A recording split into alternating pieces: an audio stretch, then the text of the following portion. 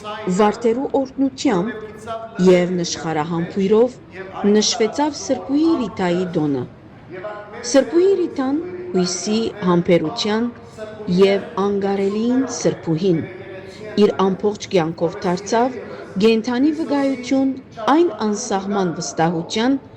զոր քրիստոնյան գոչված է ունենալու Աստուծո նախախնամության հանդեպ։ Հակառակ կյանքի թարմ փորձառություններուն ան երբեք չհուսահատեցավ, այլ աղոթքով ու ամուր հավատքով հաղթահարեց ամեն դժվարություն եւ արժանացավ երկնային շնորհքներուն։ Ահա թե ինչու հավատացյալ ժողովուրդը զինք կցիմե որպես անգարելի կործերու Սրբուհի։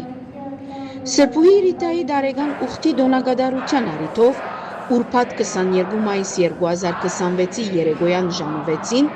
Սուրբրգիչ եկեղեցվո մեջ խուրներամ հավատացյալներու ներկայությամբ դեղի ունեցավ հատուկ չերմերանտություն եւ սուրբ պատարագ նվիրված Սրբուհի Ռիտայի դոնին։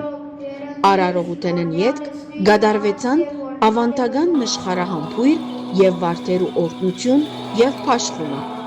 Սուրբ պատարագը մատուցեց եւ հավուր բաճաճի քարոզեց Արիաբադիր Հայր Գրիգոր եպիսկոպոս Բադիշահ, Բեյրութի Պատրիարքական թեմի օգնական եպիսկոպոսը,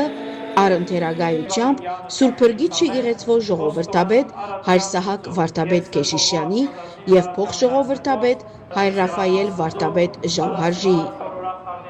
Իր քարոզի մեջ քերաբայձար դեղը անդրադարձավ Սրբուհի Ռիտայի բացառիկ հավատքին, զոհողության եւ ներողամտության ոգիին, շեշտելով, թե սրբությունը կյանքի դժվարություններեն փախուստ չէ, այլ Աստուծո կամքին լիագադար հանձնառություն։ Ան նշեց, որ Սրբուհի Ռիտան իր աղոթքով, համբերությամբ եւ սիրով դարձավ խաղաղության եւ քրիստոնեական հավատարմության օրինակ բոլոր հավատացյալներուն համար։ Բադիշահ եպիսկոպոսը նաեւ հրավիրեց ներկաները, որպեսզի Սրբուհի Ռիտայի նման ամուր պահեն իրենց հավատքը, վստահին Աստուծո կամքին եւ երբեք չգործընծնեն հույսը, նույնիսկ ամենեն դժվար պահերուն մեջ։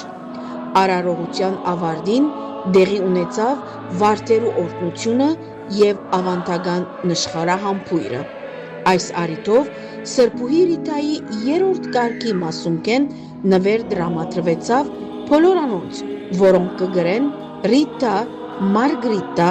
Մարիտա, Կլարիտա եւ Ռոզարիտա անունները։